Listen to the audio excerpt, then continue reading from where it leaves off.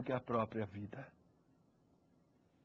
Creio que essa imagem deve nos lembrar também a escolher para a nossa liderança aqueles homens que já não mais andam como crianças, só querendo leite, ou quem sabe, só se pendurando em Deus para não tropeçar num caminho esburacado, mas aqueles que aprenderam a ter prazer na presença de Deus, que sabem calar a sua alma diante do Senhor. Exatamente, porque conhecem o prazer da sua presença. Eu me lembro daquela parábola do louco. Lembra-se? Em Lucas. Diz que um homem foi e plantou e encheu seus celeiros. E Jesus diz, louco, hoje à noite vão pedir a tua alma. O que é que tens para dar? E a nossa resposta deveria ser, Senhor, eu tenho uma alma sossegada e calada na tua presença por causa da tua graça. Apesar da posição que Davi tinha, ele reconhece que a sua vida depende do Senhor. E tudo isso, então, agora resume-se numa oração coletiva que Davi faz pelo seu povo, no verso 3. Espera, ó Israel, no Senhor, desde agora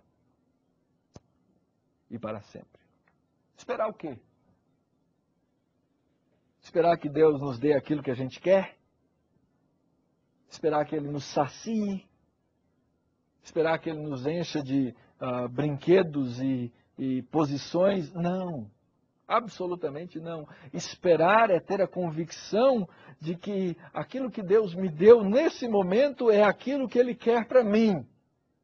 E por isso eu não vou desenvolver nem a soberba, nem a altivez, e nem procurar mais do que aquilo que Deus me deu. Significa que eu vou simplesmente cruzar os braços numa vida contemplativa? Não. Significa que nós precisamos aprender a viver em nosso trabalho constante com uma confiança calma, uma confiança serena, que sabe a diferença entre uma ambição infantil desgovernada e uma aspiração madura e fiel à vontade de Deus.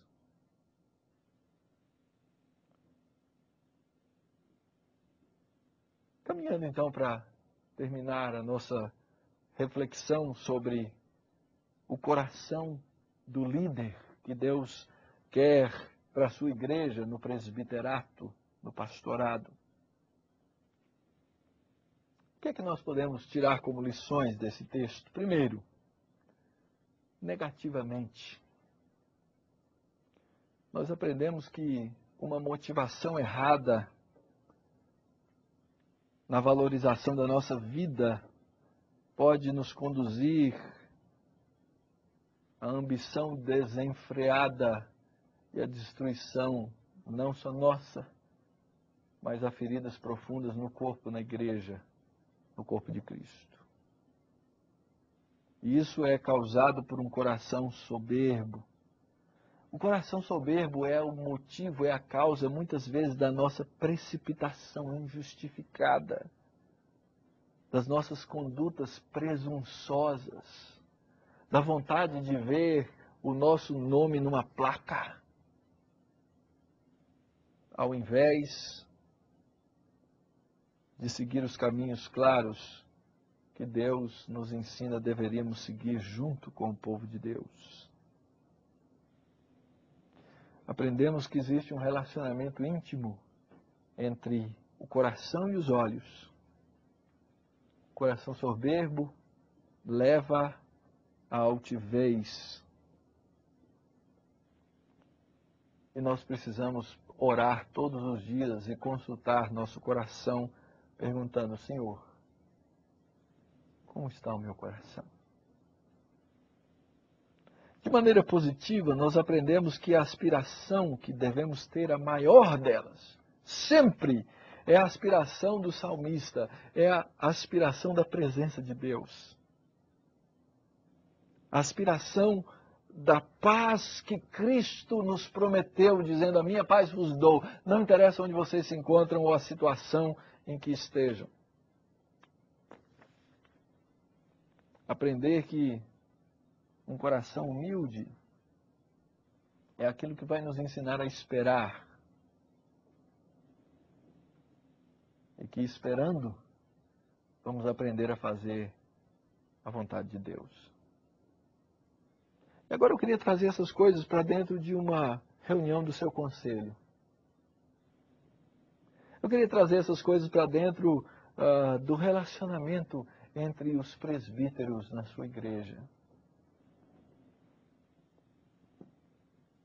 Isso implica ou significa que nós, numa reunião, nunca discutiríamos? Não.